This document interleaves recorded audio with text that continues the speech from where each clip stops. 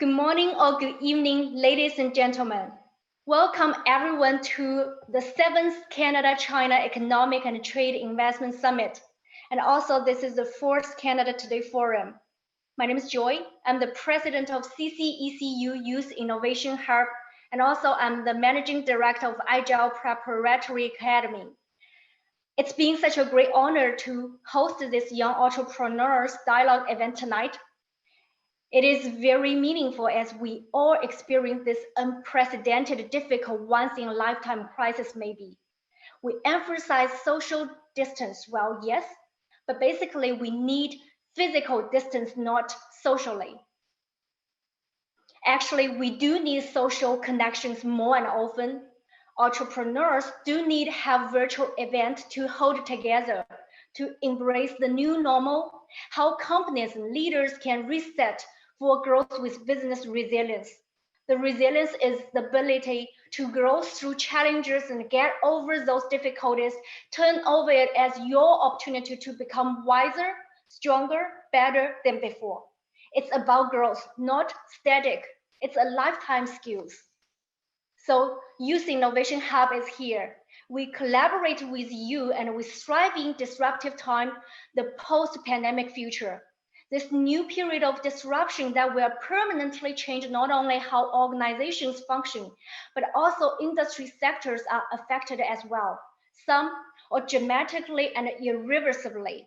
So being young entrepreneurs, we are innovative and we are agile, but not a lot of us know how to respond to those challenges, like challenges in the system, the digital transformation, the changes of people, your employees and consumer behaviors and clients, etc. And more important, the mindsets. I've sat in the ballroom last year. There were lots of decisions made, discussion about to do or not to do in regards of execution of digitalization. But now there is no choice. The inspiration conversation is how we restructure our cost and financial budgets to put context, which is the digital transformation implementation and the roadmap of strategy level in actions. It is must, not an option anymore. Now it's the time to rethink, reimagine the business in the post-pandemic future 2020 and beyond. Quote from Nelson Mandela, "I never lose, I either win or learn." So to get something you never had, then you must do something you never did. We are striving in passion, obsessiveness, and resilience. As you know, the summit has been successfully held for 6 consecutive years as being strongly supported by governments and enterprises, organizations, and the communities. The summit has been playing an important role on the cooperation of the technology, education, manufacturing, energy, medical, culture, and agriculture fields. But this year, we also embrace the changes so we make it online. Please make a toast with me. We here wish the 7th Canada-China Economic and Trade Investment Summit and the 4th Canada Today Forum will have a great success. Thank you very much. This is my opening. Okay, so here, before we officially start our dialogue, I would like to address my sincere appreciation to our sponsors, partners, and most importantly, young entrepreneurs and our companions. Please allow me to some of them today, name some of them. Okay, they are here as our either guest speakers or our prestigious VIPs in the meeting room. They are President, China Canada Enterprise Capital Union, Mr. Li Mingdong, 董立明先生 Vice Chairman of China Enterprise Capital Union, Mr. 金文俊先生 Secretary General, China Canada Enterprise Capital Union, Mr. David袁大伟先生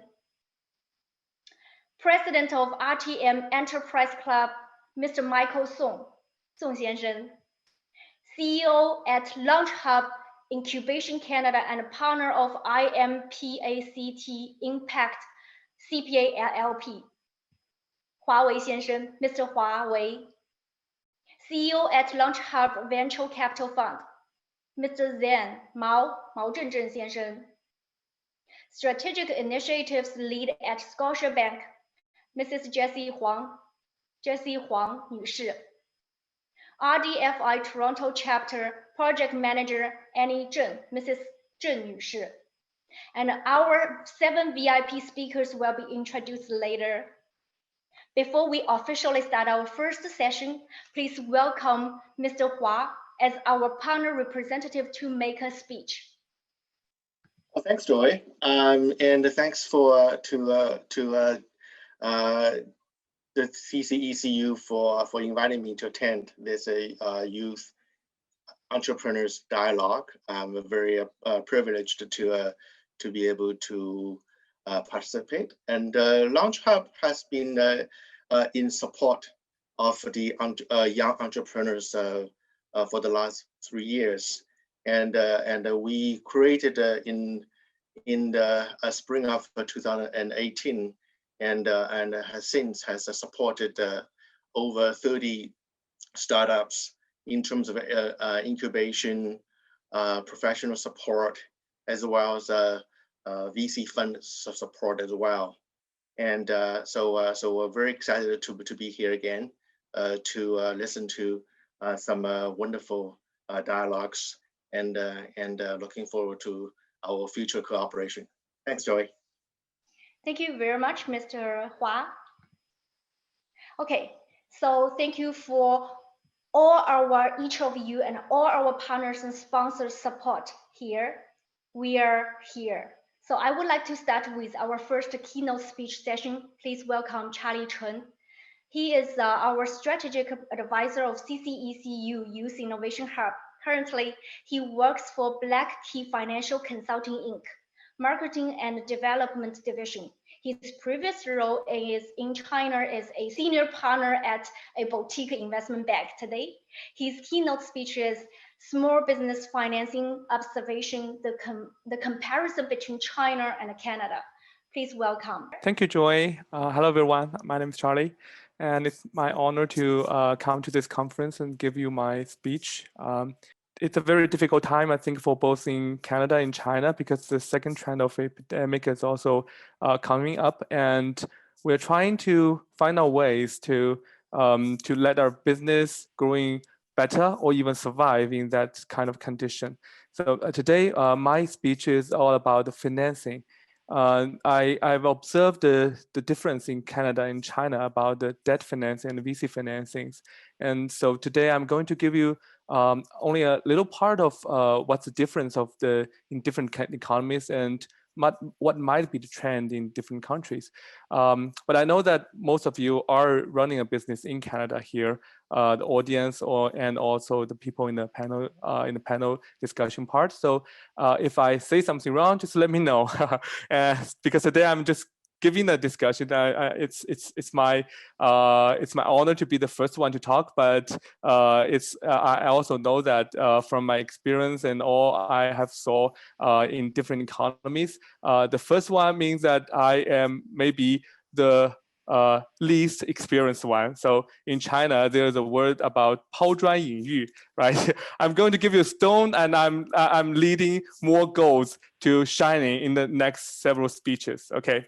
Okay, here's my speech. I'm going to tell you about some of my observations in different countries. First is about Canada. Yeah. Firstly, let's see about the profile of the small and the medium business in Canada and China.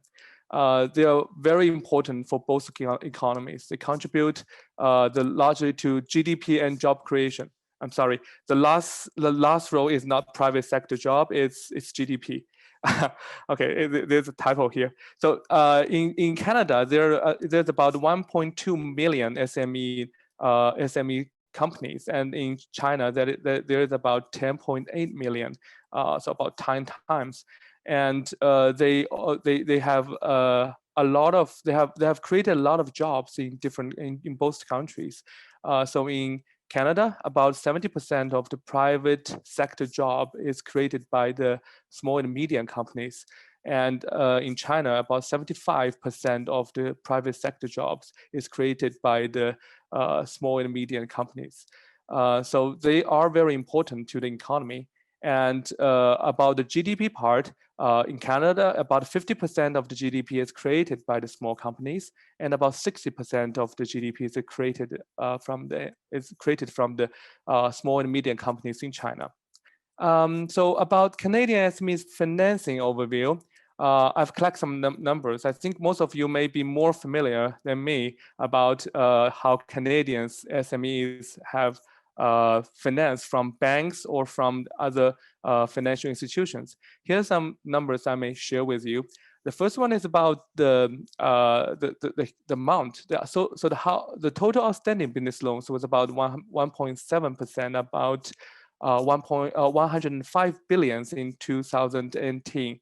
About the share of total holding outstanding business loans was about 11.7. So I think it's that is a fair portion in the business, because in Canada actually most of the business environment is actually stable.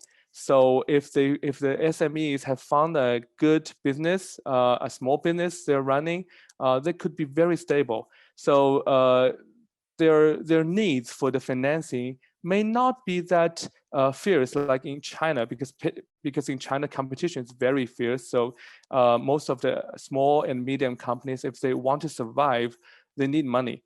And here in Canada, the cash flows of most companies, they manage it very good. So I think it's a very fair number. About 11.7% is for the small and medium business. And the credit unions have remained relatively stable from 2011, and the interest rate to charge for the small business is actually increased to 5.7. With a spread of about 2.1 compared to large firms. In 2018, the government's direct loans and the government guarantee funds for small and medium-sized business were about 10.2 billion Canadian dollars. Actually, in 2020, there's a lot more money was sent to the small and medium business, but that is only for fight the COVID-19, and it's a very special number, so I'm not going to discuss that here in my presentation. I just give you the number in 2018 because that was in the report. It's the correct number, and that is a normal condition of the Canadian small companies. And here's a very interesting number. About 27%, according to the survey, about 27% of small and medium companies applied for loans, 70% of which are required to provide a certain amount of collateral, and approval rate is about 85 to 90%. I think this number may not be very, near to the real condition, because I've heard that actually more than 1/3 of the companies needs financing, but the surveys show that 27%. I think maybe it's because some of the companies, because of all kinds of reasons, they're reluctant to go to the bank to ask for loans, because there's a lot of documents. You have to provide all your tax returns. So for some small companies, they just think that it's too much document, too much work to do, or there might be some flaws on their tax, and they're reluctant to show them to the bank. Okay, so but the loan default rate for SMEs in Canada is actually very low. It's about 1.5% in recent years, and there's other ways to get money, such as leasing. The leasing approval rate in Canada is very high. It's about 95% in past several years. And I'm going to show you a case, a very interesting case. That is a strategic consulting customer of me in the early this year, and they are actually show how a small and medium company in Canada can use the debt financing to support all their development, to support all their working capital and without any cash actually on hand. Okay, so let's see the chart on the left hand. You can see that they in the past 3 years actually they have the gross profit about 6.8 million, and they have such kind of like costs and the cash outs of the working capital, wages and benefits. They're actually more than the gross profit, right? And they also got the government, they also got some of the government funding, not very big, but they have a very huge amount of debt financing, about 1.89 million Canadian dollars to support their working capital. And their cash balance every year is 0. So all the money they earn, they just pay it back to the bank. And all the materials, the raw materials and equipment they're going to purchase to develop is actually financing from the banks, the financial institutions. And how they actually get those kind of line credits or those long-term liabilities, we can look deeper in their in the financial report. They actually got the line of credit with about 35,000 Canadian dollars in the commercial bank by a general security agreement over all present and future properties with a priority ranking over account receivables and inventories. So actually, they cleared all their account receivables and inventories to get that line of credit. They got appropriate insurance coverage for the fire and for other kind of like assets, and they have personal guarantees to provide each of the company's directors.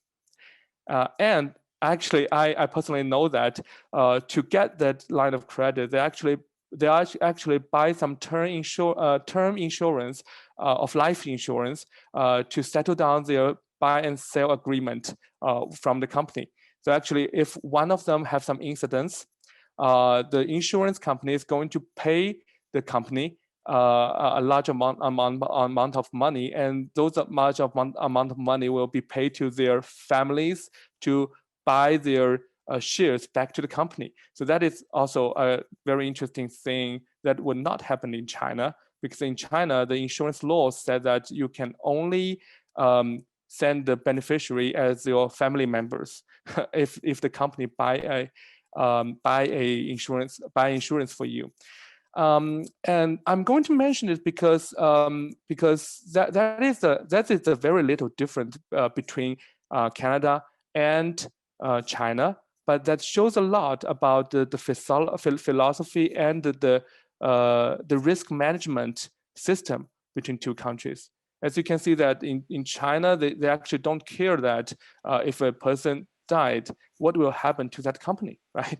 But in Canada, there are insurance products. There are law rules for you to choose to understand that if someone in that company have some incidents, that means there's a huge impact to that company. So the company may not go like its routine was. So you need a large amount of money to pay and get the shares back. So that is a risk management, and that does not happen in China. And those little differences in different aspects will show you a very different condition about the financing landscape in China. I'm going to talk it later. And for BDC, very important bank for Canadian startups. They actually got a mortgage, and they also use some promising note and life insurance on each of the principals to get the leasehold improvement for the company. So that is how they support their business for last 3 years. They didn't get any cash. They just got those money from banks and to pay all their suppliers and pay the rentals, to support all their daily working, start from zero to become a company that have a gross profit averagely about 2 million every year.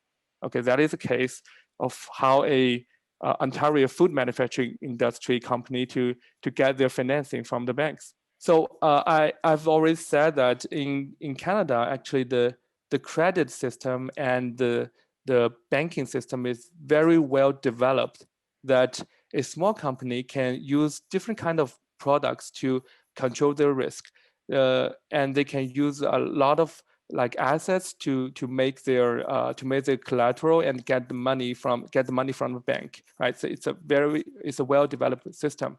And what is different in the last several years is actually the venture capital blooms in Canada. We all know that the government launched 2 plans in last several years. That is the Venture Capital Action Plan and the Venture Capital Catalyst Initiative. Those 2 projects actually have a very big impact on the venture capital actions in Canada. You can see that in past several years, you can see more and more like venture capitals. You can see more and more startups. They're thinking about not only getting financing from the debt, they're also trying to get venture capital. That was a common thing in America for about 10 to 20 years, but in Canada, only in the last 10 years, it's blooming up very quickly, rapidly, right? You can see that in 2013, there's only 1.9 billion Canadian dollars that was in the venture capital market. But in 2017 and 2018, it jumped to 3.7 billion Canadian dollars. And last year, you got 6.2 billion Canadian dollars. That is the historical high. And although the growth momentum was cut off by the epidemic in 2020, venture capital still closed 3.6 billion in total investment by 2020, quarter 1 to quarter 3. Actually, that's 3 quarters investment is 3.6 billion. So that is even higher than 2016 or 2017. So that is very, I think it's a very good trend. In the past 4 years, there's also some very good return to those venture capitals. There have been 150 VC exits from M&A. We all know that Google, Amazon, and some very big US brands are willing to buy companies in Canada because the people here, the high-end people here, relatives have like lower wages. They may pay 30% or 40% more to those like high-tech like IT people like in the Bay Area than in Toronto area. So that's also one reason. It's you know the quality effective is better in Toronto or in Montreal than those people in Bay Area. So that's why they love Canadian companies and like to merge them. Also, there's 8 IPOs. We can name a lot of them that famous companies. Also, they're still doing good in the Nasdaq or in the New York in the New York exchange. So it's a very good sign for those venture capitals because they have returns, right? The valuation is about 10 billion Canadian dollars for all those who actually displayed what their valuation is. Actually, most of the M&As they did not announce how much they value. So the valuation is much higher than the number I have now on the PPT. And how about China? China SME financing overview here. You can see that China SME loans increased to 46 trillion in 2007, up to 14% from 2016. And they actually, the share increased from 54 to 64. So you can see that in the loan market, in the debt market, SMEs in China is actually taking a more like share in the economy, right? And the interest rate from SMEs in large firms were about 5.17 and 5.07. Okay, here's a very tricky thing. You may see that the interest rate for SMEs in China seems that not high enough compared with large firms, right? And the rejection rate seems to be very low. So what actually happened? The actual thing happening is that most of companies is not using the loans from the bank. They are using the shadowing bank. So what is the shadow banking in the China system, in the China banking system? That is, they call it those money that does not showed in the banking system.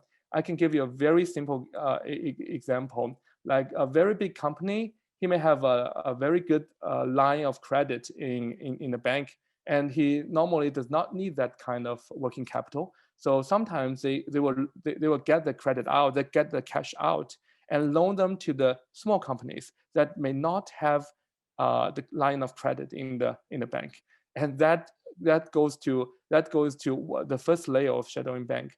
And there is the lenders that is not a financial institutions, and that is the main part of the shadow bank. Those high net wealth person and those small financial institutions that is not registered in the China banking system, they're going to lend their money to those small companies. And you can see that the actual interest rate is about 13 to 15.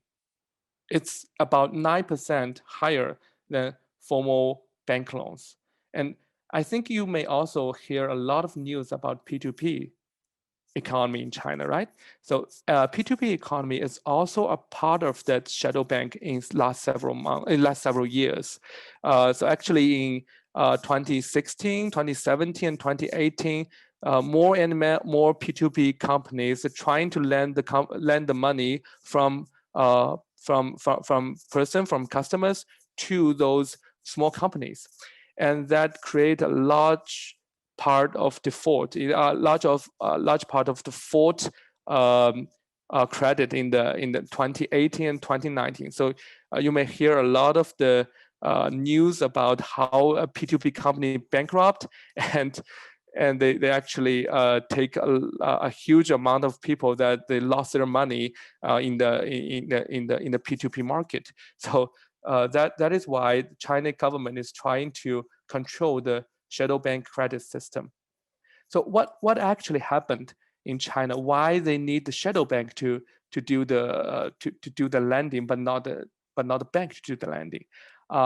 Here's an example. Here's some part of the reason. Firstly, I'm going to tell you a phrase, a name of a system that is third phase golden tax project. Okay, 金穗三期.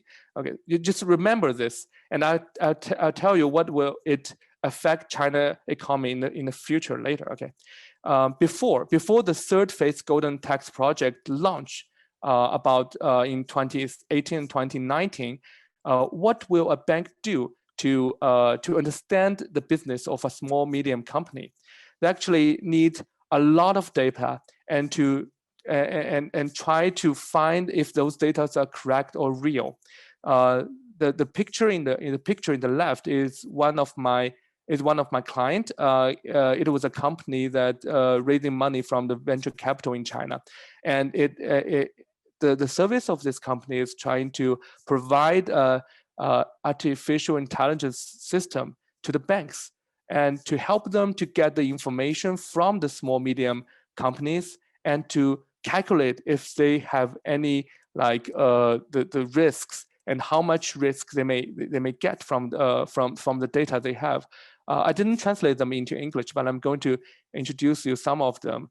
They will collect the information from their phone, from their talking, from their phone calls, what they call, who they call, or how long time they will call, and about their client information, about their WeChat talking details, and they collect all those information, and they use a formula. You can see those LSTM.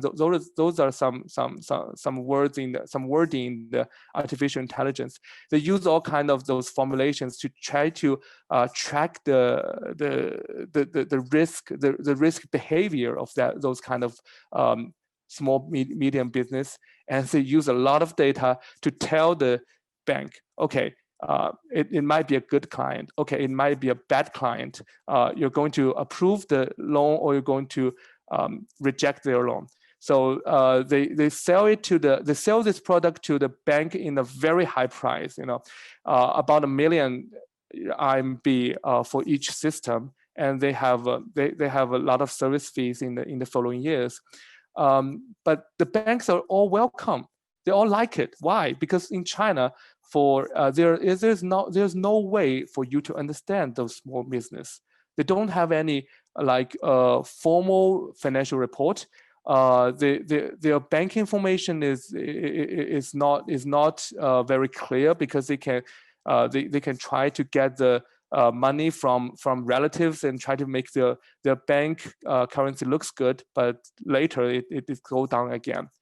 And so that is the time that third phase golden tax projects has hold. China tax associations and China government actually spend a lot of money to make that third phase golden tax project. What they do is they actually try to make the bank information, the data from the business, and the China tax associations, they have data from each other, and they share the data in the cloud.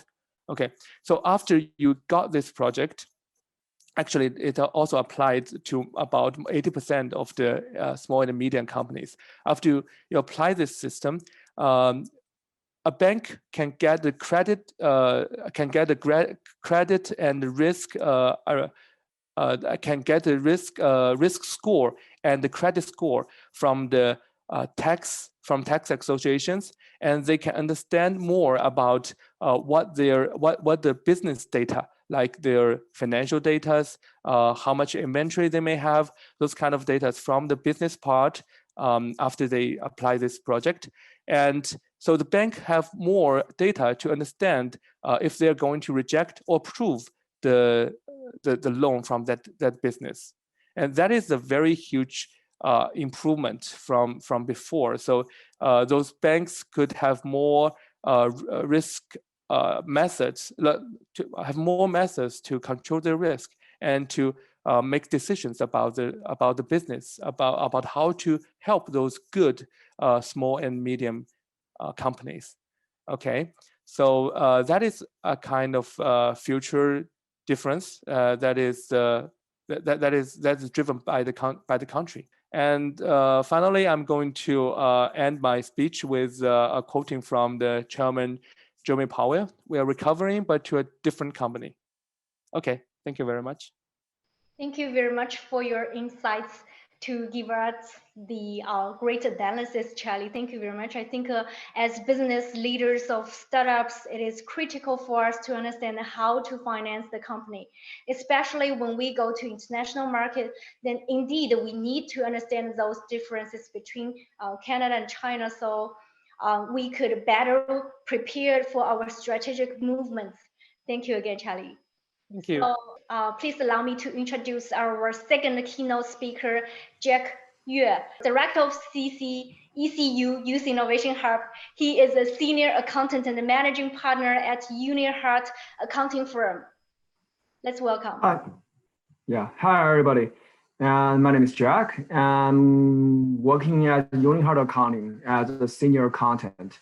So today, I will try to talk about all the government supporting program during the COVID time.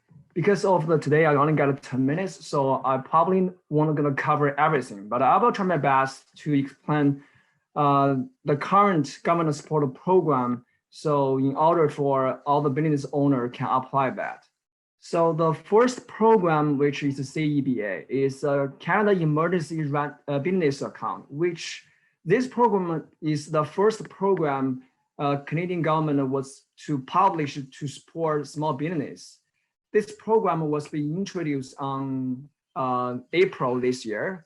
And in the beginning, if you want to apply this program, which you have to report your tax for 2019 years, and at the same time, you have to pay a total salary over $40,000 back on 2019 tax year. And but this program has been remodified several times. Until now, you only have to report your 2019 year's tax and have a necessary expense on 2020 years over $40,000. So if you qualify that, you can apply this program and get a $40,000 bank loan with no interest at all. And if you willing to, or if you can pay off this loan back in end of 2020, and you can get a $10,000 forgettable loan as well. So it means that if you can pay the loan on time, you only have to pay back $30,000. And the good news is on October 9th, the government already announced they will update this program and to introduce additional $20,000 for this program. So, and for this additional $20,000 loan amount, 50% of this is a forgettable loan. So in the end of this program, if you can apply that, you will get $60,000 loan, and you only have to pay back $40,000. But for the second part, the second stage, this additional $20,000, this program has been not released yet. So we have to wait in probably 1 month in order to get a detailed information about that. By the way, on the top of the screen, you will see a barcode. So today, I probably want to cover every detail about all the programs. So if you're still interested about this program, so you can talk with me later, or you can simply scan it. You will link to my YouTube channel. I'll have several videos to discuss about this program and how to apply it. So if you're interested about that, you can take a look. Next program is CERS. That's kind of a newest program we get. And this program was announced on this week on Monday. That's a new program. So the Canadian Emergency Rent Subsidy is a program that if your business was being influenced by the COVID and your revenue is dropped down dramatically, you qualify to apply this program. So the government will give you some incentive to cover your rent. So currently this program will start back on September 27 until next year's on June. And the most important facts is like you can apply this program is this company revenue drop percentage. And you can see that in the bottom of this page, I have an example how much you can get from this program. So if the company revenue reduce over 17%, you qualify to get 65% of this the rent back. And if the revenue drop is between 50% to 69%, they have a formulas in here, but roughly you get let's say that it's like if your revenue drop down in 60%, you will get 52.5% of subsidy back, rent back. And if your revenue drop down over only around less than 50%, you will get almost your revenue drop down times to 80%, you will get the exactly subsidy rate. So that's how they calculate. All right. So yes, that's the newest program, and they just started this program. Some of the company already applied that in this week, but they will review all the application in end of this month and to send the money out within 3 to 8 business days. So we expect that some owner will receive this money in the beginning of next month, and they can reapply this program every month. And currently we still have another program which the company small business can apply. It's CEWS. It's Canada Emergency Wage Subsidy. For this program, it has been released over half years. And for this program is that it's like the government know that for this special times, all of our small business is suffering. So the government will respond, they'll give the small business support for them to rehire their employee. And in the beginning of this program, the government covers 75% of your company total salary expense. And 3 months later, they simply adjust the rate. Currently, the maximized rate is 65%. So the calculate method is very similar with the CRS. It depends on your revenue drop. So you can see these tables. If your revenue drop over 70%, commonly you will get 40% of your subsidy rate. But they have a special rulings in here. If your business would shut down by government regulation, such as the restaurant, they cannot open anymore, so you will get additional rate. That's a top-up rate, 25%. So that's how they calculate. So because of this, normally the normal business only can apply maximum 40% of the salary back. All these 3 programs you still can apply, but we still have a program which maybe you will consider, but it's already closed. And that's the CECRA, the Canadian Emergency. This program was announced April this year. They only cover 6 months. So this program was designed for reduce your rent. And if you qualify, you will send the application back to your landlord in order to get the refund. And the landlord will use your file to apply this program. And the government will directly pay off 50% of your rent. The landlord have to reduce the rent payment 25%. Put them together, the tenants will have the benefit to reduce 75% of the rent.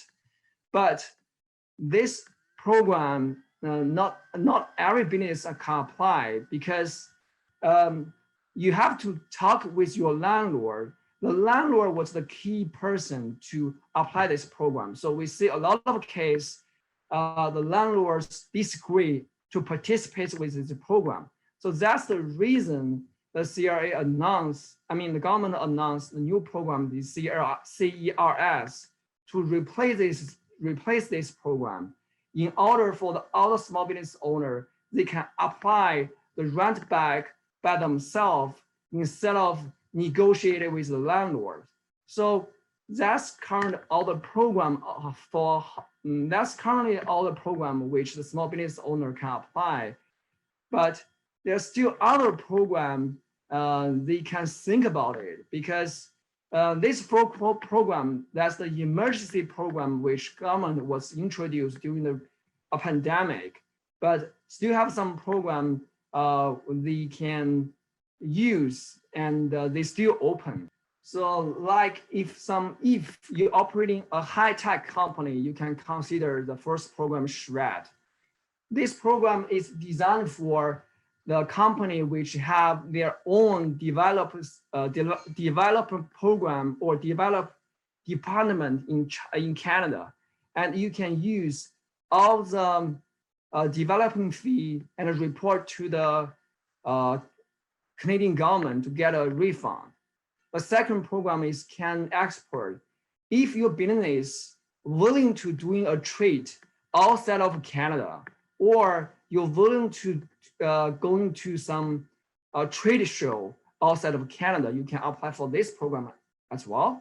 And government will give you some grant to encourage you to go into the trade show and cover all the kind of transportation fee and some additional program fee. And the third program is Going Global Innovation. That's for that is the incentive for the business if they're willing to go outside of Canada to purchase the high-tech company. The government will give some incentive as well. The last program is Canada Ontario Job Grant. Is that during this special time, if the company willing to hire a new employee or create a new job, the government will give them some incentive. So if that's all the program which I know is very useful for small business owner. Definitely, there still have several other programs for some specific industry, but I cannot cover all of them. So if you interested about this program, you can contact with me, or you can just simply scan the barcode and take a look at my YouTube channel. All right, so that's all for me. Thanks, Jack. Thank you for your $1 million useful information. I definitely believe at this moment, as startups, how to get government support programs during COVID-19 could really help us out and give us a break to focus on transformation. And I believe Jack and his team will be always here to back you up. If you have any further insistence or inquiries needed, please contact Jack. And I think I have questions here, but later, if we have time, I will bring it up. Again, thank you, Jack. Thank you very much. Okay, then following our keynote speech session, please welcome our very prestigious guest speakers today. And the most excited dialogue session is coming. So please allow me to introduce our first speaker, Natasha Cacharo, the president and CEO of Investors Choice Property Management, Inc. Her company is a residential property management firm.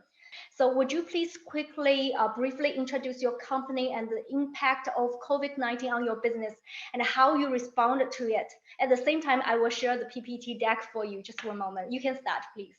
My name is Natasha Coltrero, and my husband and I began investing in real estate when we were very young, back in 2006. And in 2017, I started the Investors Choice Property Management Company. So that was 2017, and we offer residential property management. We offer tenant placement services as well as renovation management services in Durham region and Clarington region. So because we dabble in a couple of different industries, we were hit by COVID in different ways. So that's exactly what I want to talk about today. These are just a few pictures of our properties. This is a good way to show the kinds of properties that we manage. These include anything from single family homes, duplexes, triplexes, fourplexes, up to 12 unit buildings. So we don't manage the large condominium buildings or the large apartment buildings. Our specialty is really on these smaller level residential properties. There were impacts of COVID at different stages. So the immediate impact on our business were the restrictions for the showings and the open houses that we have. This is on our tenant placement process. So the solution that we had for this in still complying with the new bylaws was to use the masks as the bylaws instructed us. We increased the use of the sanitizer for ourselves and the prospective tenants that we were showing properties to, and we increased the cleaning and the maintenance of the properties. We also maintained distance, and we did not allow more than one family to walk through the property at a time. There were, what we did was we kind of thought outside of the box, and we really used technology to our advantage. And with this, what we did was we started filming video walkthroughs instead of having live showings where we were walking different families through the properties. And we changed the way that we do our leases. We used to meet the tenants in person so that we could go through the leases and make sure everything is understood properly. But we changed this to an online video call, and we had the tenants sign the documents virtually. So that solved our immediate problem. But then during the middle of the pandemic, we started noticing something that we really did not expect. And this was a rise in the number of complaints from tenants, including domestic disturbances and bouts of mental illness. Now, unfortunately, when people in general are confined the way that we were in the lockdown, any pre-existing condition can be aggravated and magnified. And so those that did have these pre-existing conditions were really having a difficult time. Neighbors were fighting with each other. there were families that were fighting, and it was a very, very emotional time for us, for myself and the team, because of what we were witnessing in our tenants. We had neighbors and we had tenants calling us with different issues, and we were trying to help them as best as we can. Now, the tools that we have within the landlord tenant board are forms such as the N5 for disturbances and complaints, the N4 for late rent, and N8 for repeated late payments. The LTB has made changes, and thanks to Bill 184, we have a new form called a payment plan. And we use this payment plan. Sometimes it will replace a hearing when it comes to evicting a tenant for non-payment of rent. In addition to this, outside of the tenant board, we had to get creative, and we started negotiating cash for keys offers with some of the tenants that were unable to pay rent or were no longer happy in the properties they were living in. In this situation, what we do is we offer the tenants cash to move out. Another issue that came up at this intermediate stage was a rising number of tenants that were not able to pay rent. So for this, again, we used the LTB forms, the N4 and the N8, and we used that payment plan that was new. And of course, we used that cash for keys as well.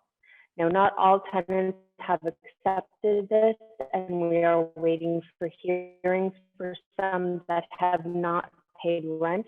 Unfortunately, we do have some landlords who have a large amount for a hearing date.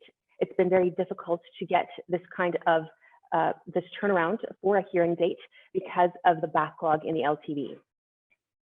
Now, one of the more recent challenges that have come up out of COVID is a reduction in the number of new clients that we've been signing on. So the reason for this, the reason for the reduction in the number of clients that have signed on is because our business was mostly built through networking, visiting the real estate investment meetings, and really meeting people face to face and understanding what we all do.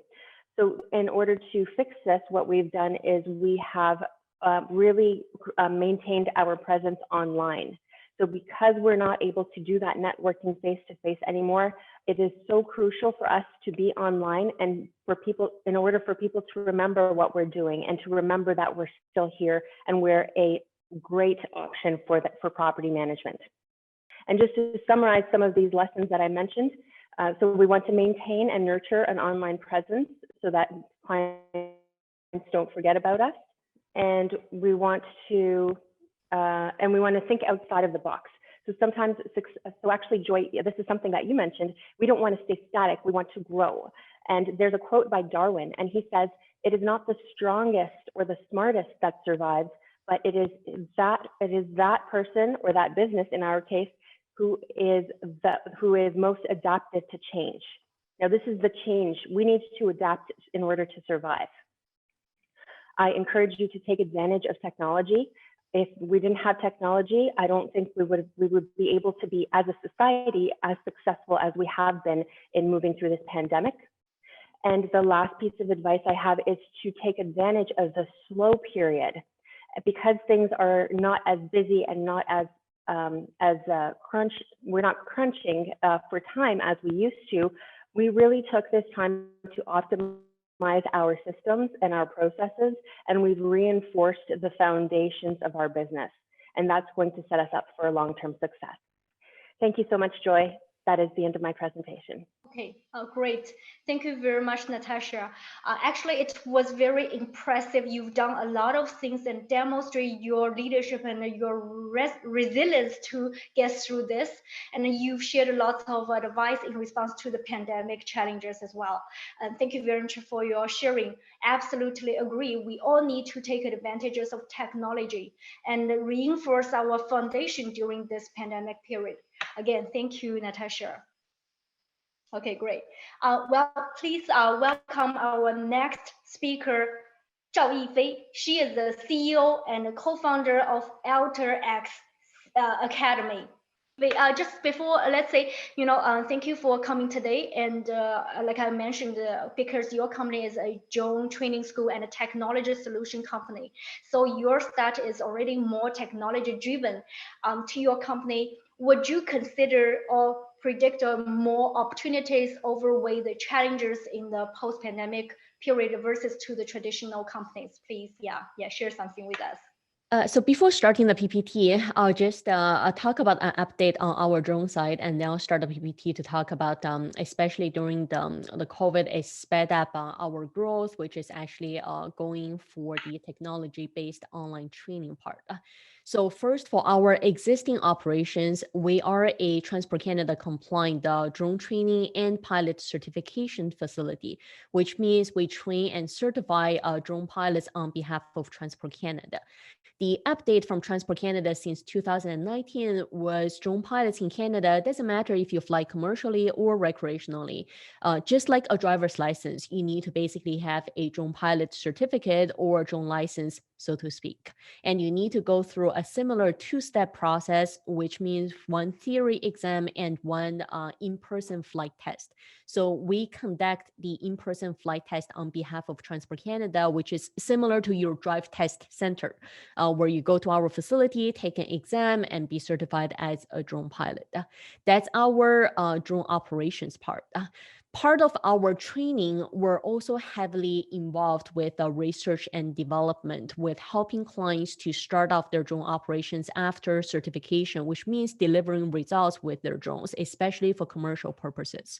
So the highlight for us during COVID is what we call BV loss, which means beyond visual line of sight.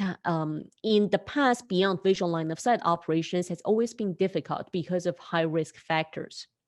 So when you need to fly a drone, let's say in built-up locations, in urban locations, and you fly it beyond visual line of sight, it's much higher requirement on the equipment performance, and it's also a level of public acceptance, right? So imagine when people just living in downtown and seeing drones flying overhead. I mean, we all heard about the Amazon delivery, we all heard about all this high-end drone delivery solutions, but in reality, they're all scheduled for 15 to 20 years of time to really become reality. Now, during the pandemic, because the airspace activities are actually low, and because the concentration of people is already reduced, especially in, let's say, GTA in major metropolitan areas. So Transport Canada had actually opened up research projects for beyond visual line of sight. And we were lucky to collaborate with Transport Canada as well as City of Toronto to actually get involved with the research projects to push beyond visual line of sight. And the obvious reasons for it is, let's say, infrastructure inspections, for example, Toronto Water, or large construction infrastructure build sites, to do the status monitoring to identify potential issues. Using drones and flying beyond visual line of sight means a person can stay in their vehicle to fly. We're not getting involved with delivery at this stage.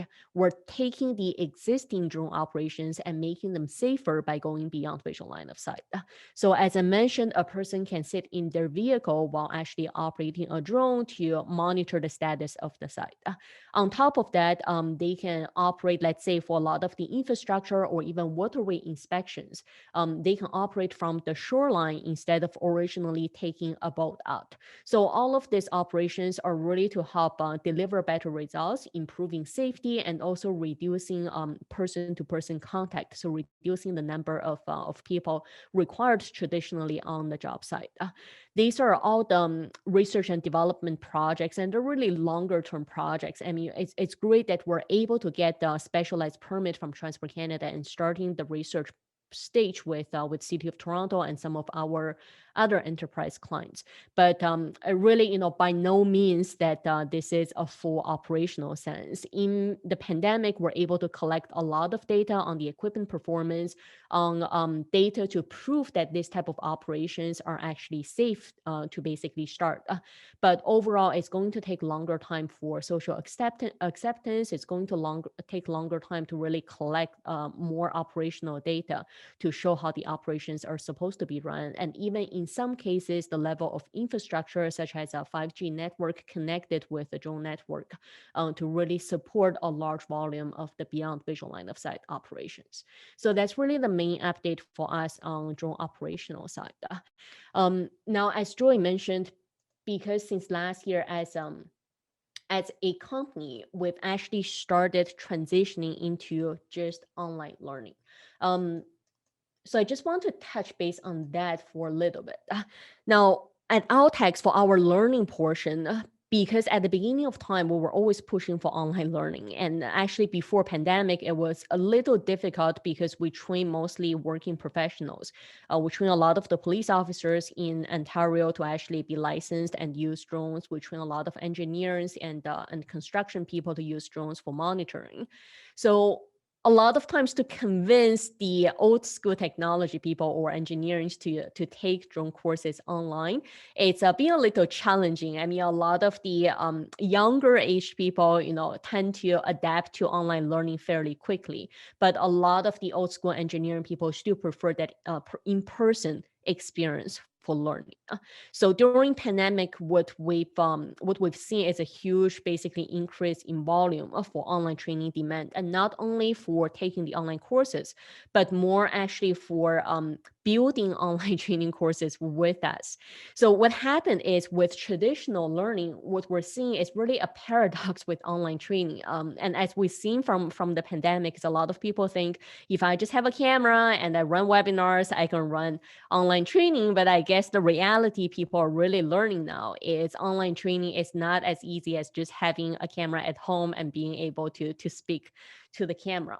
So really, when it comes down to, as we move away from traditional education into today's lifelong learning, because it costs too much for any single instructor to transform their knowledge and skills into training products. So in other words, if we're looking at the current training industry, is lacking a proper business model. So what we brought for actually instructors is a solution. Our solution is a smart training system. It takes the instructor's knowledge and manages training courses as a quality, consistent product. In other words, it's almost like a production line. So we actually have a proven system that's been serving the drone industry with very specialized drone subjects. But with what we've discovered is drone is really a subject that connected us to various different technologies. For example, it takes us to professional filming, which is actually our background. It takes us to construction, progress management. It takes us to AI because the data that's being generated is actually processed through AI for data processing and data analytics. So all of these different subjects exposed us to different students and different subject experts. So really from the training system, what we've really brought as a solution to subject experts, it's simply a production process. So you have, for production, there's no longer the instructor. Instead, what we call is actually subject experts. With the subject experts, now imagine, everyone who's actually participating here, you're all experts in your own field. Imagine you can take that experience now working with instructional designers who can translate your experience and knowledge into training language and structure. And then with a creative team to add the visual and storytelling elements to make the course enjoyable. And lastly, a technical team to code the training material so that your learning activities are actually trackable. That's basically the production portion. And then we have the management portion. So on the management side, we have actually a smart learning management system. Students' learning data is collected, analyzed, and with recommended steps through their learning process. So anyone who has difficulties to learn, they can also choose to book in-person time with the specific expert. Or they can also explore other subjects to continue learning and set their goals for career development. So really, this is the solution. And this has been the area we've been exploring since last year. And really with the pandemic, it sped up our growth process, in other words. So for example, for our products, we have B2C, which is through our e-commerce, and it's for drones and related subjects. But we actually have a B2B academic and enterprise licensing program as well, because our learning content is trackable and it's actually in a format that's compatible with academic institutions' learning management system and majority of the enterprise learning management system as well. So now they can take our learning content, plug it into their system, and they can see the same data, the same learning results. So this is really taking us to more of the B2B market. And last year, we were able to license with 3 of the colleges in Toronto, in GTA area, including Seneca and Centennial College. And we've also been taking partnerships to basically professional designations. The challenge last year was always convincing these traditional institutions that they need our solution, that just taking their instructor with a camera is not really modern online learning. They need the learning data to be trackable. They need the data to be processed so that they can serve the school, the instructors, as well as the students. And this year is really, with the pandemic, it really helped us in a way to bring that solution to traditional institutions, is them actually recognizing modern online learning is the way to go. It's really more of the data analytics and processing that's actually helping the traditional learning. And the last note I want to share with, I'm just going to stop sharing my PPT there. So the last note I want to share with everyone is it's actually a lot of times, especially last year when we were finalizing and refining our online system, a lot of the government sectors and professional institutions came to us and said, we believe in bite-sized learning. You know, really last year for online learning, bite-sized learning was the hype. Everyone thinks that if we have bite-sized learning on the go, it has to be mobile friendly. You know, people need to be able to learn 2-3 minute segments at a time. Now, unfortunately, the data this year had shown that's actually not true. So with learning, with human brains, it takes time for our brain almost to warm up and to really start learning. So really the golden spot, what we've been discovering through data, is it's 20 to 30 minute segments are actually good learning segments. Anything less, the human brain hasn't warmed up to really that learning mentality yet. Anything longer, it's too much information for someone to retain. They need to take a break, because online learning is not like in classroom learning. You have that environment. Right? With online learning, everyone's alone, individual, they have too many distractions. So really 20 to 30 minutes has been the golden mark. And the other note or the other lesson that we learned is online learning is not everything. So this is why a lot of times people ask us, why do you do B2B license if you have a really good B2C, e-commerce platform? And what we always share with people is, look, online learning isn't going to replace everything. There's always going to be some in-person experience, especially when you work with equipment-oriented training, when you work with trade type of training. You actually do need that interaction with the actual person. You need the operating environment. You need to take knowledge to apply it into operations. So in other words, you still need hands-on operations. And also, the other question people ask is, what about K-12? So you've got a good system. How about applying that to K-12? So the other lesson we learned in K-12 learning is if you do adult learning and you build, let's say, a 3-hour learning segment, for K-12, that 3-hour learning segment becomes a week of teaching, because students at that age, they're learning more from each other, not necessarily from the learning content. So they're being led by instructors, but they learn from each other through their activities. And the typical 3-hour learning segment for adult, it's gonna take probably 20 minutes per day for the student, 20 minutes for the student to take the whole day to really try to understand and make sense of it, just because the lack of life experience for youth. So really with online learning, what we're discovering is we are the subject expert in providing learning support.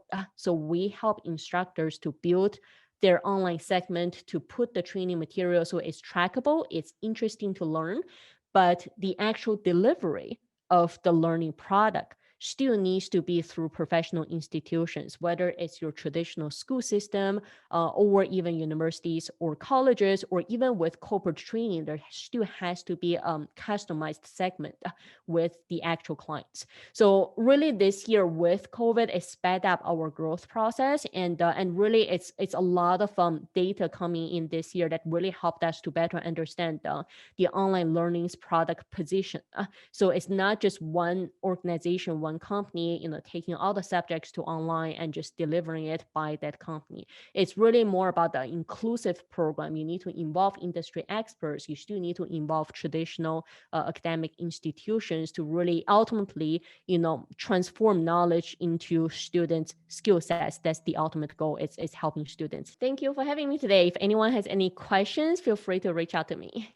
Okay, great. Thank you, Yifei. Actually, I definitely believe you've moved forward and implemented digital transformation in advance last year. So today, you got such great successful business, and also you've shared a very practical solutions to online learning and schools as well. So the great lesson we learned from you is, as a team leader, we need always to think forward.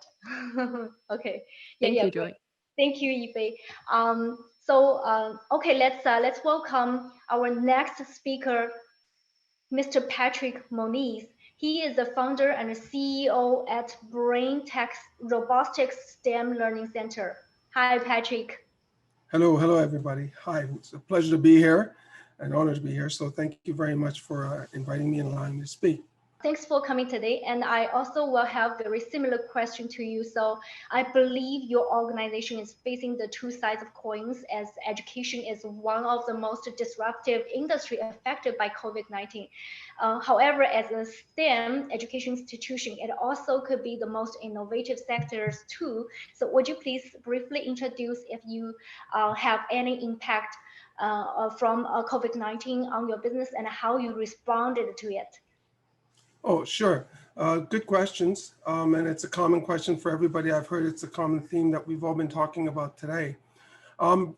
Maybe I'll kick off a little bit about Braintechrobotics. I don't have a deck to share, so I'll just leave as an open discussion. Braintechrobotics is a nonprofit organization. We have a vision on helping foster a greater learning and appreciation for science, technology, engineering, and mathematics. So, that coins the term STEM.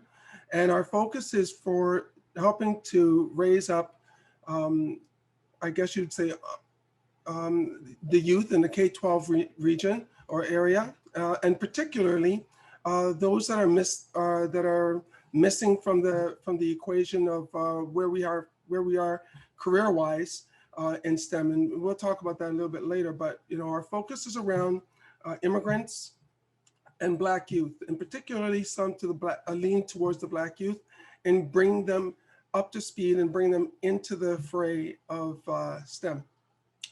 So our objective is to guide young people and aid them through this process by providing an experiential that's deep on hands-on and hands-on learning, and also to help them gain scholarships throughout the process, to gain scholarships at the end that helps to support their efforts into getting into post-secondary education in the areas of STEM degree programs. So what are the impacts on BTR, Braintechrobotics, that have occurred since the COVID-19 touchdown, the pandemic touchdown? Well, Braintechrobotics, the first thing we realized right away was the fact that, and some people have already mentioned it, our inability to engage in a meaningful and tactile way within workshops. So we immediately had to bring that sort of environment or experience to a close. And then the following things that happened after that were things like the parents and the STEM learners, which were the students, were losing focus. They were, because of disruption to their regular routine or schedule. And so therefore it was hard to lock a child into a sort of a program, a routine program, especially if you were moving to a virtual platform. It was the challenges were there. And we see that as well with the many, I guess, attempts and missteps that the Board of Education is having with trying to implement a virtual environment or virtual learning system. There's a lot of stress and a lot of pressure on the parents to be involved as part of the process. And when they're not involved as part of the process, the onus is on the child to follow this program. And the programs that the schools were providing, we found, were really just, they weren't prepared. They were just a transformation of the hands-on document that they were running in class, quickly thrown up onto a server and onto a display or UI, user experience or UI for the student to go through. So if you can imagine looking at a PDF or a document with copious amounts of pages and information there, sooner than later, especially for a child, that would be very, very tedious and hard to follow through. So Braintechrobotics was prepared for this. We had a number of things. We had two approaches that we ran in our workshops or in our organization to begin with. The first was our hands-on workshop. It was immersive. It involved virtual reality and augmented reality incorporated with the building and programming of robots. And the second was what we call our SaaS portal. And our platform was a portal that allowed students to work online with our program, with a program that gave them full step-by-step and modulated training and teaching for coding. And so that we call, it was our personal online learning interactive, and we coined it very happily and cutely Polly, which if you know much about a parrot, that's our mascot, and the term Polly seemed to be quite catching with our market, and so we continued with that in that position. So the virtual workshop, Polly was able to allow children to do a number of things. Develop their coding skills, all the way from basic to advanced, enable them to learn coding that would lead them into learning about game development and web development, and also data science. So there were a lot of branching offs that that our students were able to engage in. And because it was virtual, we were already in that position, and online, we were already in a very good position to present and I guess, and to adjust for what we didn't see coming, but became apparent, the COVID-19. The unique thing about our program was it ran close to 1,000 videos that children were able, that told stories that also sort of aligned the student or the child to then take the next step, which would be applying what they were learning to solve cases in a gamified way.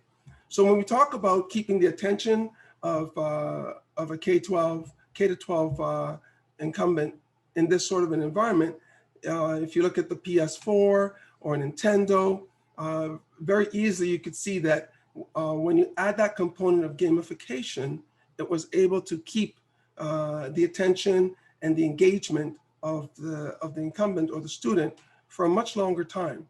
And without even knowing what they were actually doing, by solving the challenges that were put before them, or the capstones, they were achieving the capstones that were set in front of them, and learning from that experience, and always being able to apply those learnings into the next level, into the next realm, into the next challenge. And that maintained a growth pattern that was very positive and rewarding for the children. It also allowed us to be able to deliver our workshops and our programs virtually when we no longer were able to do it in hands-on in a workshop. One of the things another thing I want to point out is, while some talk about stages, in our case, immediately as we saw COVID-19 hit, we closed down our workshops and moved it immediately to virtual because we had that SaaS platform already in place. And then what we did from there was continue to grow our offerings through our SaaS platform to enable a more enriched experience for the students and our kids. The other thing was that we work in concert with university students who provide the mentorship and leadership throughout the workshops.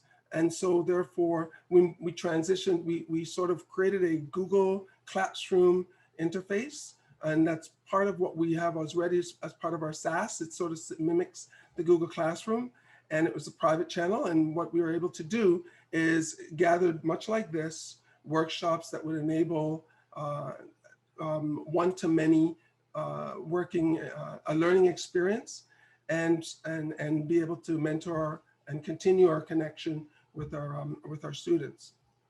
We rolled out a pilot on our program just prior to the COVID really taking force, to over 300 subscribers in neighboring cities, Ottawa, Brantford, and then also here in Toronto.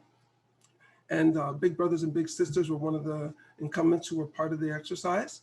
And it was quite successful. We saw how it worked, and we saw that our teaching program, our cadence was just right in terms of being able to deliver the right amount of learning experience and the timeline to make it stick, make it well received and easily adapted to the students, or by the students rather.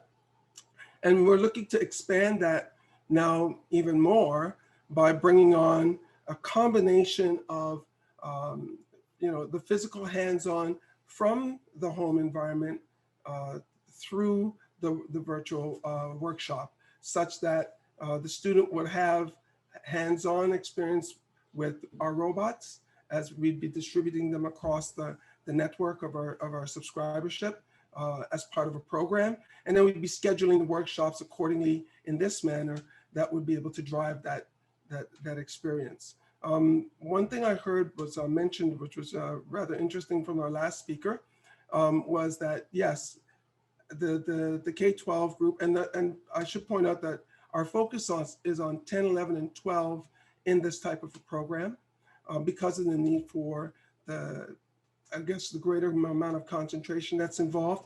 But what was brought up that was really rather interesting from our previous speaker was the fact that the kids in that learning process need to interact with each other, and we found this as well. So I was listening keenly to that speaker share that comment and that observation.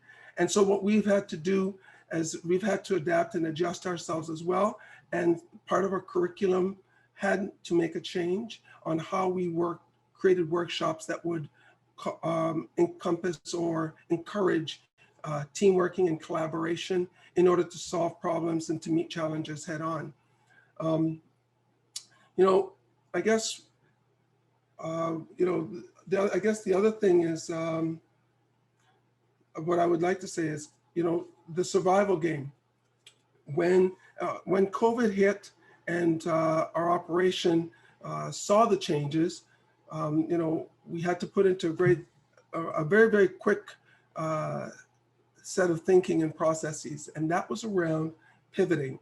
So if I use an example like skiing and a slalom race, the objective there is to be able to pivot and avoid colliding with the obstacles that are put in your place. And you're doing it at a rapid pace. And so it's constantly changing.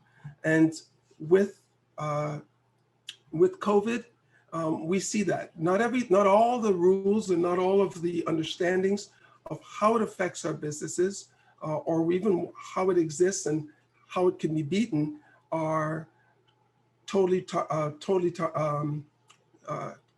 determined as yet or defined as yet. And so we're constantly looking at the next thing and the next thing and the next thing. And it takes its toll on the environment. And it's our role as businesses, I think it's our response as businesses to be able to adapt extremely quickly and to constantly make the changes to be able to make the changes that keep ourselves alive and keep us being able to provide a service or a certain level of service or product to the consumer as we can. So, the use of technology, to amplify us and to move us forward in that way, I think is extremely strong. That's exactly what we're about, and that's what we did, and I'm sure a lot of other groups that I've heard today also are doing the same. And we keep on working this way. We've had to look at a couple of other things, the heightened social disparities that the COVID-19 really did exacerbate, and made it really, really tough for certain groups, certain peoples to be able to make it through the next step or to be able to navigate. And so therefore, Braintechrobotics has made a number of adjustments to help some of those challenges, I guess, be less of a burden on our community and our social footprint. That's really, I guess that's all I have to say about what we've done in terms of the COVID-19. Okay, great. Thank you. This is great sharing, Patrick. Again, like you mentioned, constantly changing the key by having virtual classes and quickly responding to the hit of COVID-19, actually, which has already put you in a very good position. So thank you very much for sharing, Patrick. Thank you. So then let's please welcome our next speaker, Chris Spock. He is the president and founder of August Digital Inc. Yes, as you mentioned, I'm the president of August Digital, which is a digital agency. We build digital products for startup clients, enterprise clients, government clients. Yeah, actually, Chris, I think, I looked through your website. It is very cool. Like you mentioned, as a digital agency, I believe during COVID-19, I guess you've experienced a lot of business increased time maybe. So yeah, would you please share some of your thoughts on how did you respond to the pandemic, and also share some insights about the changes that impact on your industry, please? Yeah. Yeah, for sure. So, I mean, the first thing I'll say, and this is kind of following up on Jack's talk, but we do take advantage of some of these programs that have been made available. The CEBA loan, we kind of got right out the gate because we knew that there might be a hit to our business development. We also get the wage subsidy on a monthly basis. So those have all been very helpful. The biggest way that I think the COVID pandemic has impacted our business is just we haven't been able to as predictably expect inbound sales lead.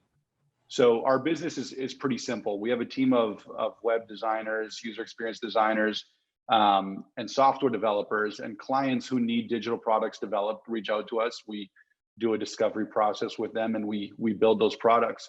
A lot of the clients that we typically deal with have had their budgets either cut or frozen. We often deal with innovation departments at companies. So we haven't been able to expect that we could just kind of do our work and wait for clients to make their way to us. So how we've reacted to that is we thought a lot about industries that are being hit in a much more serious way than software development, and then try to think of a way that digitizing processes could help them through COVID. The one we landed on, which is interesting because Natasha had a talk on property management, but we landed on property managers who are seeing like pretty rapid increases in the rental vacancy rates. They're seeing units kind of become vacant and not get rented as quickly or for as good rents as they were being done pre-COVID. So in Toronto, it's pretty standard to see something like a 1%, 2%, 3% rental vacancy rate. We're now dealing with property management clients who have 10 to 15 to even 20% vacancies in their buildings. So we basically put together a service offering where we offer to make it a lot easier for prospective tenants to discover these buildings, to discover that they do have units available, discover the pricing, to do kind of like online virtual tours, to do the full application and onboarding process online without having to interface with someone in person. And that's pretty much been our bread and butter for the past few months. It's been reaching out to these landlords that we know are being hit hard and telling them that there are ways that we could increase their pipeline of prospective tenants and also help them save some costs on labor, because we just take some of these labor-intensive processes and turn them into software processes. So yeah, so some combination of government support programs, and then just a more deliberate strategy in terms of what sort of clients we're targeting have been what we've been doing for the past few months. Okay, great. Thank you, Chris. Thank you for your sharing. So I just have to add on. Do you have any advices for our, young entrepreneurs? Any thoughts you can share with us? Yeah, I mean, the only advice I would have is I'm a big fan of software businesses. The clients we deal with are often not very technical companies or don't have very technical cultures. So I think like one general piece of advice is find something that's missing in the market and then fill that gap. I mentioned that our business is not very complicated. We hire very talented designers and developers at one price, and we build them out to clients at a higher price with a margin. And it's kind of this arbitrage just because we understand technology, we understand how to develop a corporate culture that attracts these people and retains them. And that way, some of these other companies that have technology problems, they don't have to try to figure that out for themselves. They just call us and we do it for them. So I don't know if that's too broad, but the advice is basically make sure that what you're doing is something that people really need. And if it's something that is counter-cyclical, through COVID, everybody's been talking about digitizing processes. This is our bread and butter. So this is a good place to be for us. Yeah, great. Thank you very much, Chris. This is great. I think this is an amazing pitch as well. I think we all need your digitalized services as well. Okay, thank you. Thank you, Chris. Next, please welcome our final speaker, John Dong. He is the president and a co-founder of Agile Preparatory Academy. So as we all know, the COVID-19 pandemic has created the largest disruption of education system in history. So as an online high school empowered by technology, how you differentiate yourself in this very competitive environment since all schools are getting online. So would you please give us some of your thoughts? Sure, Joy. This is an excellent question. So just to introduce myself, I am the CEO of Agile Education Labs, Inc. We're an edtech company that owns a private school called Agile Prep Academy. So Agile Prep Academy is a private high school that offers remote learning to our students. All of our classes are online, which means that our students can learn from wherever they are, including from the safety of their homes. We started our school over a year ago, way before the pandemic. And back then, there were a small handful of other schools that's doing the same thing. There were about 10 or so other private schools that were also offering courses online. We looked at them, and it was clear to us that the quality was simply lacking. Their lessons were very text heavy, they were not interactive, and generally are very dry. And what those schools have done is basically put a textbook online and call it a day. And you can imagine how boring it is to read a lot of text on a computer, especially for a high school student. What happens when quality is lacking is that students are unable to learn and they lose interest. So we see this as a space that's ripe for disruption. We want to build a superior learning experience that is better than what is out there. So this is a landscape that we're looking at when we launched our company. Now, since then, a lot has changed. COVID has happened. And so now people tell me, oh, you're running an online high school with social distancing. All schooling is moving online. So now it's a good time to be running an online high school. Well, in a sense, that's true. With COVID, online education has become an accepted and even expected means of delivering education. But in another sense, though, the pandemic is also a double-edged sword. With this pandemic, all the schools are now moving online.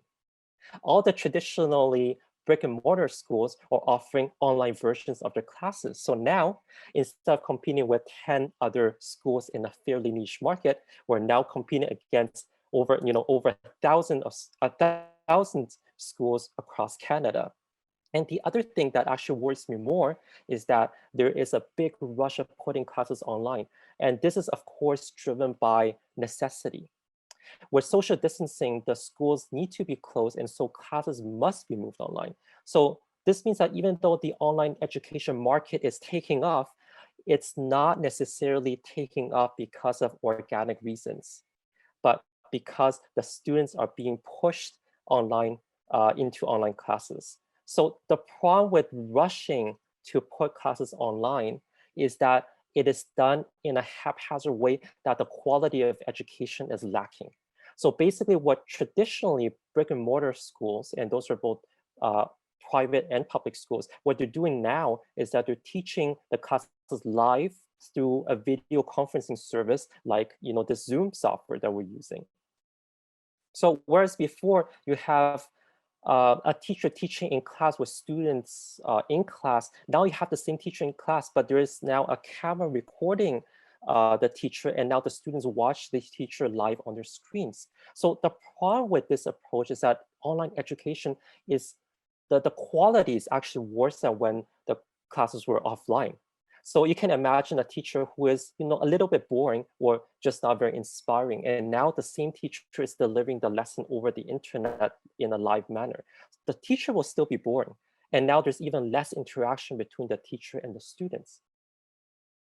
And so you can see that the quality of online education just isn't there in these kind of scenarios. And the reason, I think, is that those online classes were not designed to be online first. Instead, the online nature of those classes is simply an afterthought that's now being pushed to the forefront because of necessity. When the student experience lacking, students will not enjoy it. And I personally worry that these schools will give online education a bad name.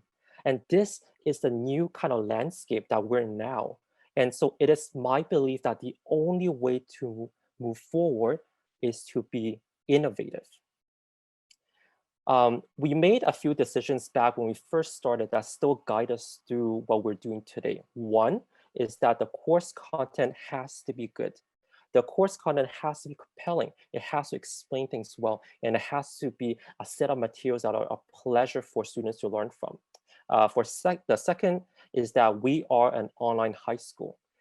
We have to be in control of our software. This means that we're an edtech company that is developing the learning management software ourselves in-house. And for those who don't know what a learning management software is, it's basically the piece of software that students interact with when they learn on our platform. So basically, we have two core competencies that differentiate us from the competition. The first is being able to deliver excellent lessons. And the second is to deliver an excellent student experience via our software.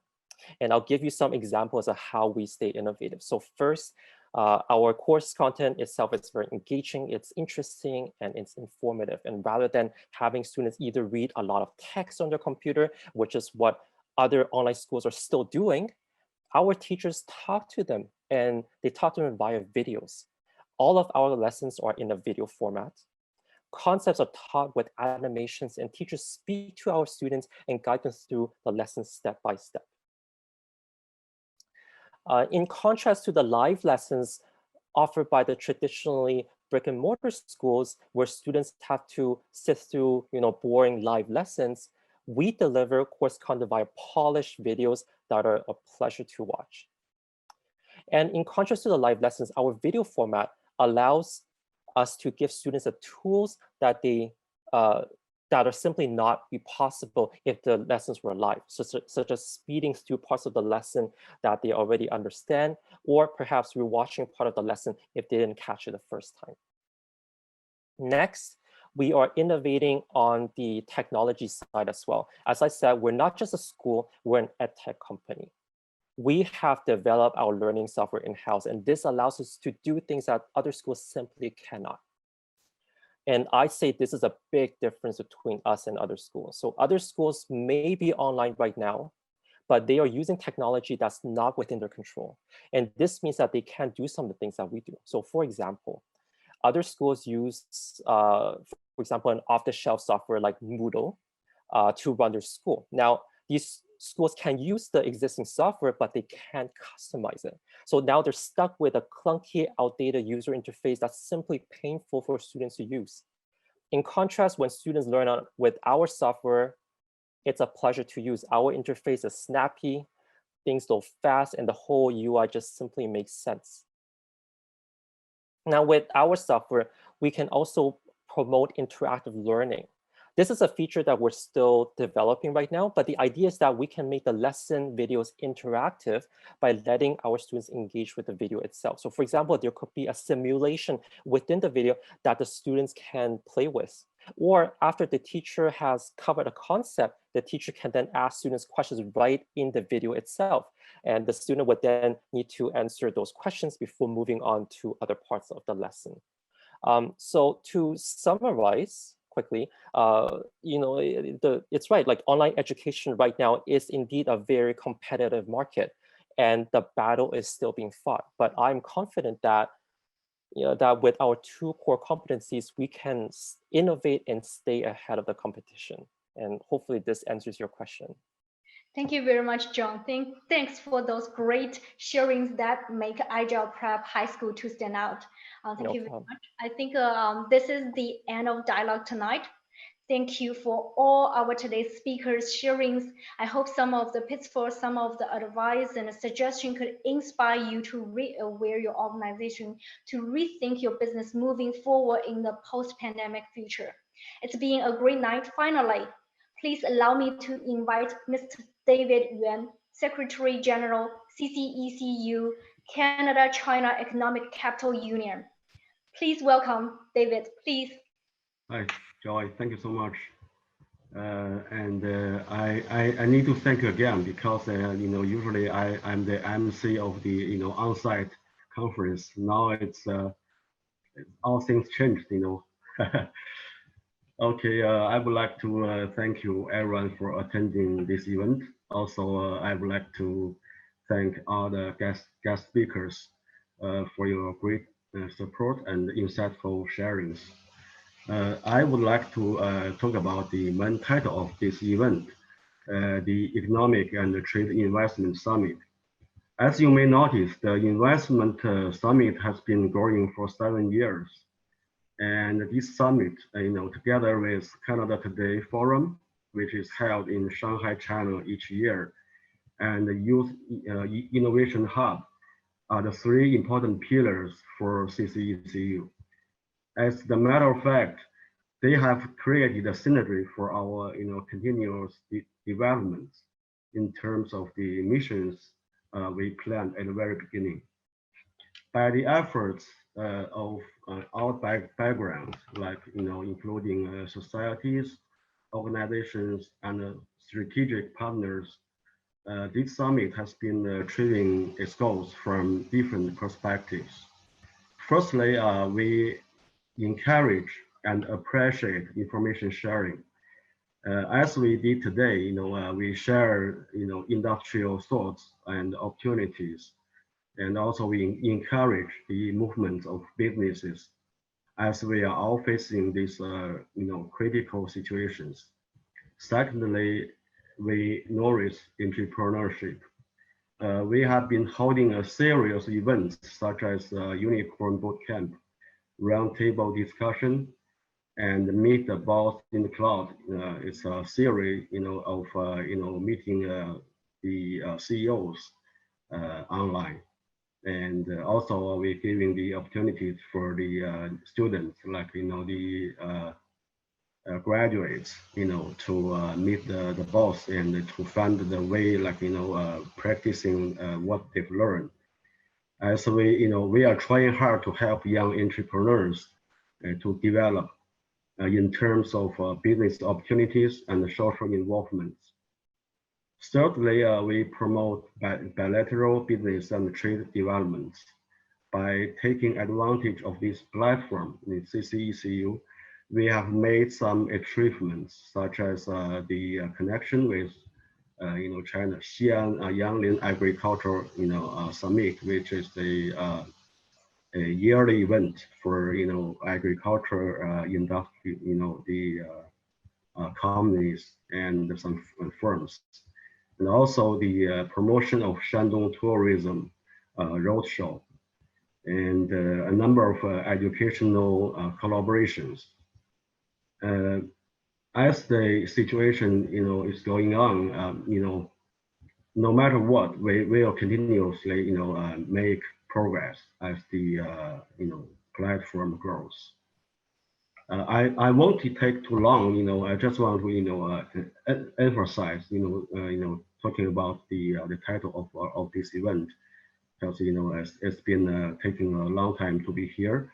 And this year is really special because of the pandemic. We have to go online. And, all in all, thank you again for coming, everyone. And as the holiday season is coming, and we all wish you a safe and happy holiday season. All the best. Thank you so much. I'll deliver this to Joy. Thank you very much, David. This is a very remarkable close. Again, appreciation everyone's participation. The 7th Canada-China Economic and Trade Investment Summit and the 4th Canada Today Forum had a great success. See you next year. Good night, everyone. Have a great night. Bye-bye.